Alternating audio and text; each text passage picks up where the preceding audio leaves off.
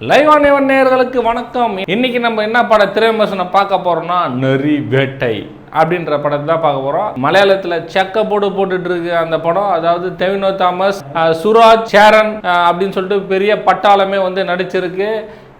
மலையாளத்தில் இந்த படம் ரிலீஸ் ஆகிருக்குது. பயங்கரமாக கேரளாவில் பயங்கரமாக இந்த படம் செம ஹிட்டாக ஓடிட்டுருக்கு அப்படின்னே நம்ம சொல்லலாம். இந்த படம் பார்த்திங்கன்னா தமிழ்லேயும் வெளியாகிருக்கு.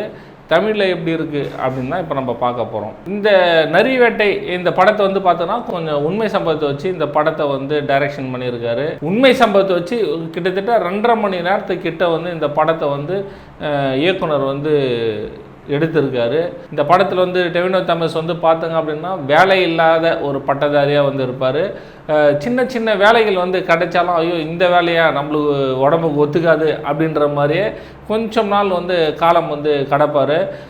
அந்த விஷயத்தில் பார்த்தங்க அப்படின்னா ஒரு சின்ன ஒரு லவ்வும் இருக்கும். அதுக்கப்புறம் இவருக்கு ஒரு போலீஸ் வேலை கிடைக்குது. போலீஸ் வேலை கிடைச்ச உடனே கொஞ்ச நாள் இந்த வேலை பிடிக்காதனால வேறு வேலைக்கு போகணும் அப்படின்னு சொல்லிட்டு அரசு, அதாவது கவர்மெண்ட் எக்ஸாம் எழுதலாம் அப்படின்னு சொல்லிட்டு படிச்சுட்டே இருக்கார்.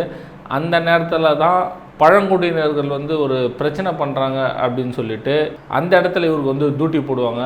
அதுக்கப்புறம் என்ன நடக்க போகுது அப்படின்றது தான் இந்த படத்தினுடைய கதை.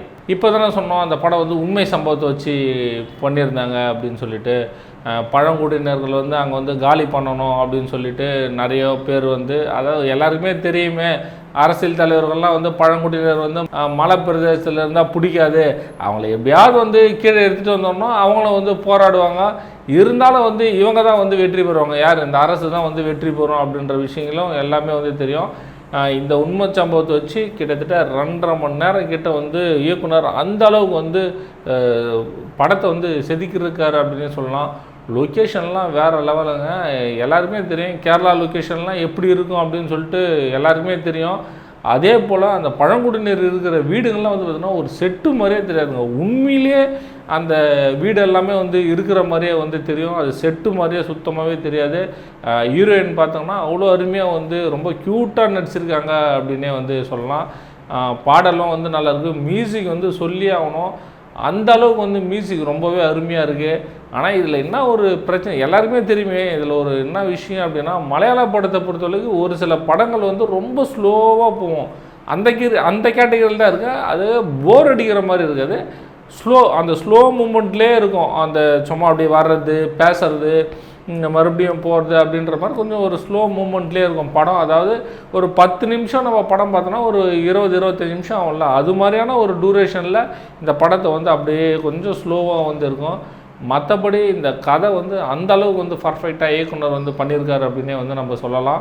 சேரன் அவர்கள் மலையாளத்தில், அதாவது நேரடி மலையாளத்தில் இதுதான் முதல் படம். அவருக்கு ஆஃபீஸராக வராப்பில். அதான் இப்போ சொல்லியிருந்தால பழங்குடியினர் இதுக்கு இவரை டியூட்டிக்கு போடுறாங்க. அந்த இடத்துல இவர் முக்கிய ஆஃபீஸராக சேரன் அவர்கள் வராரு. இவருடைய கேரக்டர் கொஞ்சம் பேசும் பொருளாகவே இருக்குது. ரொம்ப அருமையாகவும் நடிச்சிருக்காரு. நரி வேட்டை இந்த படம் அதாவது ரொம்ப நல்லாயிருக்கு. மலையாளத்துலேயும் சக்காப்போடு போட்டுட்ருக்கு. இந்த படம் உங்களுக்கு பிடிச்சிருந்தால் தேட்டரில் போய்ட்டு தாராளமாக படம் பார்க்கலாம். படத்தை பார்த்துட்டு உங்கள் கருத்துக்களை கீழே பதிவு பண்ணுங்கள். நன்றி, வணக்கம்.